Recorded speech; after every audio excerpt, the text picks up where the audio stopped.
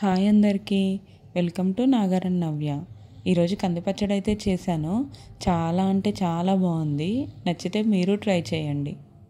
ఈరోజు టాపిక్ వచ్చేసి పెళ్ళికి ముందు నచ్చిన నేను పెళ్ళి తర్వాత ఎందుకు నచ్చట్లేదు.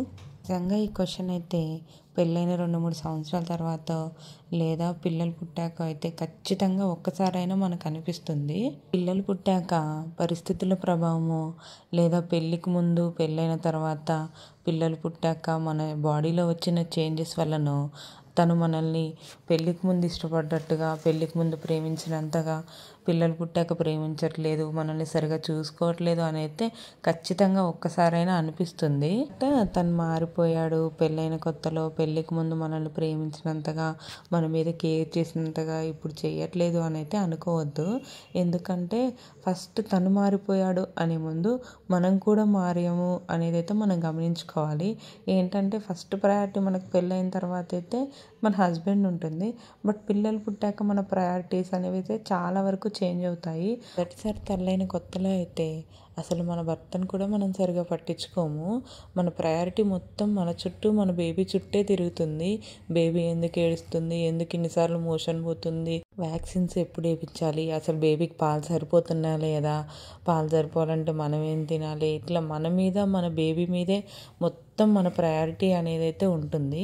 ఆ టైంలో మన హస్బెండ్ మనతో ఉండట్లేదని కాదు, లేదు మనల్ని చూసుకోవట్లేదని కాదు, కానీ మన ఆలోచన మాత్రం బేబీ చుట్టూ మన చుట్టూనే ఉంటుంది. తనని అసలు సరిగా పట్టించుకోము. ఇప్పుడు ఆ టైంలో తను మనతో ఉన్న బేబీతో టైం స్పెండ్ చేసినా కూడా ఎంతో కొంత లోన్లీగా అనేది అయితే ఫీల్ అవుతాడు. ఇప్పుడు తన వే ఆఫ్ బిహేవియర్లో అయితే కొంచెం చేంజెస్ అయితే వస్తూ ఉంటాయి.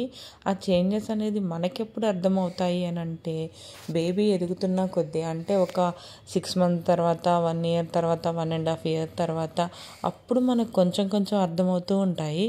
అప్పటికి వరకు కూడా మన ప్రయారిటీ అయితే మొత్తం బేబీ చుట్టే ఉంటుంది. 1.5 yearలో యాజ్ ఎ ఫాదర్ కంటే మనం ఎక్కువ బేబీతో టైం స్పెండ్ చేయడం వల్ల మనలో చేంజెస్ వస్తాయి, తనలో కాదు. ఈ చేంజెస్ అనేవి తను అర్థం చేసుకుంటాడు కాబట్టే మనల్ని ఏమీ అనడు అనమాట. బట్ ఈ టైం అనేది తను ఓవర్కమ్ చేయడానికి ఫోన్తో ఎక్కువ గడపడమో, లేదా అట్లా ఫ్రెండ్స్తో బయటికి వెళ్ళి రావడమో, సినిమాలకు వెళ్ళడమో, ఇలా తన లైఫ్ స్టైల్లో కొన్నిటిని అయితే యాడ్ చేసుకుంటాడు. అంతేకాని మన మీద ప్రేమ తగ్గిందని కాదు, మనం అంటే ఇష్టం లేదని కాదు. ఈ జర్నీ అనేది మన బేబీ కొంచెం పెద్ద అయ్యేంత వరకు మాత్రమే.